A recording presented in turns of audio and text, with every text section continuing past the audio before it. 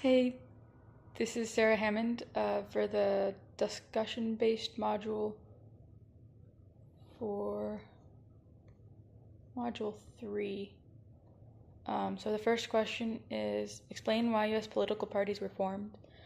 So the parties were first formed when they were trying to ratify the Constitution.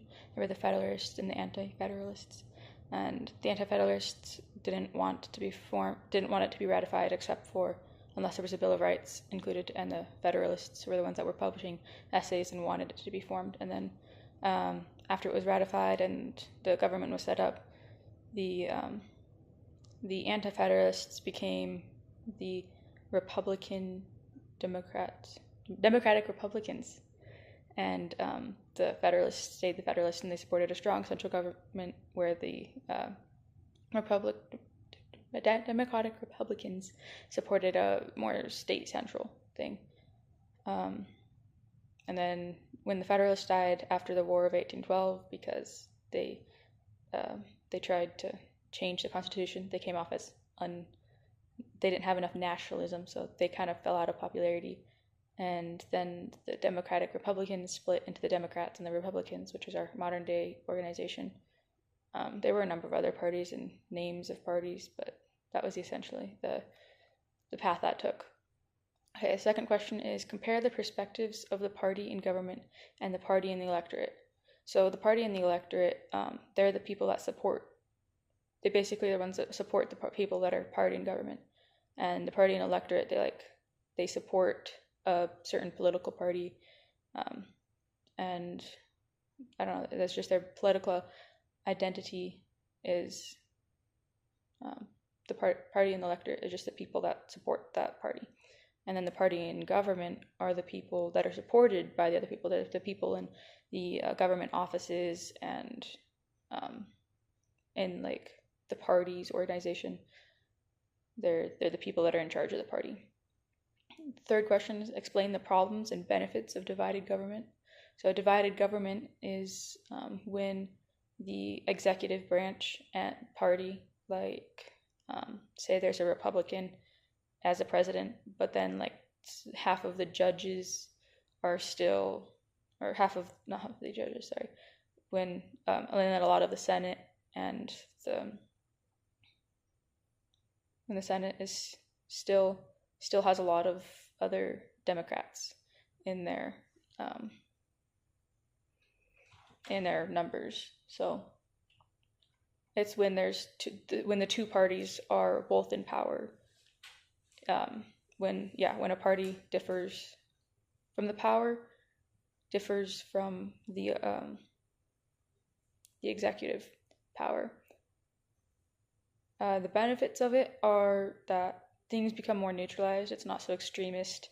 It's not everything goes in favor of the executive, the party that is in power, the executive power, and it evens out. It's more neutral. There's a lot less conflict, and the public tends to view the government better because they're sort of getting along. The problems of a divided government is they don't always agree on things, and so it can take longer to get things passed, and there's just more conflict going on. The next question is, summarize similarities and differences in states' voter registration methods. So one of the differences is, in Oregon, they made it so as soon as you turn 18, you are a registered voter. You can go vote whenever. And then Idaho, you have to go register to vote online or in person. And other states are similar. You have to register in person. Some places you can register online. And it differs in a lot of different states. The fifth question is, explain reasons for low voter turnout in the United States and how these should be minimized. So low voter turnout is when the population, it's when a lower percentage of the population is actually showing up to vote. A lower amount of people that are registered to vote actually go to vote. When I turn 18, I'm going to go register to vote. But if I don't have all the information about the current possible candidates, If I don't have all the information about the candidates, I might not want to vote because I don't want to. I know my vote counts, but it doesn't. If I don't vote, it's not gonna. I know this is one of the mindsets that causes low voter turnout. Is I'm not gonna go vote if I don't know either of the candidates. If I don't have an opinion, I'm not gonna go vote. And then also the voting days aren't national holidays, so it's really hard for people to like actually get out there and to vote because they have work or whatnot and school. Other reasons are like ballot fatigue. They're like, oh, there are so many options, I'm not even going to go and try. And I kind of get that mindset.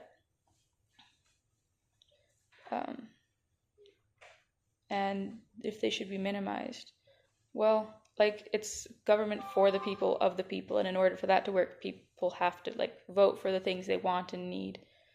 And so I think yes, they should be minimized.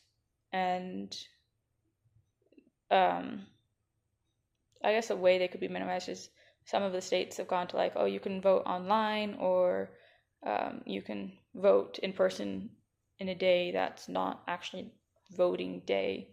That causes problem with the other states sometimes though. And then the last question is compare campaign methods for primary versus general elections. So primary elections are like how things start out. There's a number of candidates, typically more than one for a party, and then the parties will get together and they'll vote for which one they want to support for the presidency and which one's going to end up running in the actual run for president. And so this is where members of a political party get to actually interact and choose who their party is going to support. And the general elections are after the primary elections. The general elections are like between the most supported people that have been chosen by that party.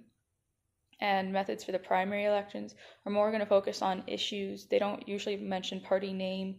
They just focus on the issues that people are going to support and that people have an opinion on. And then the general elections, the campaign methods are going to be more of to get people to get out there and to actually vote and to increase the voter turnout.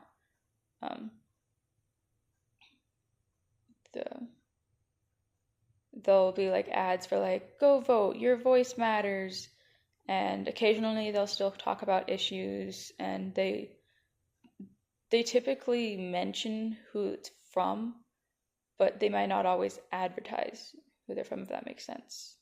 And so, yeah, that's the Module 3's discussion-based assignment.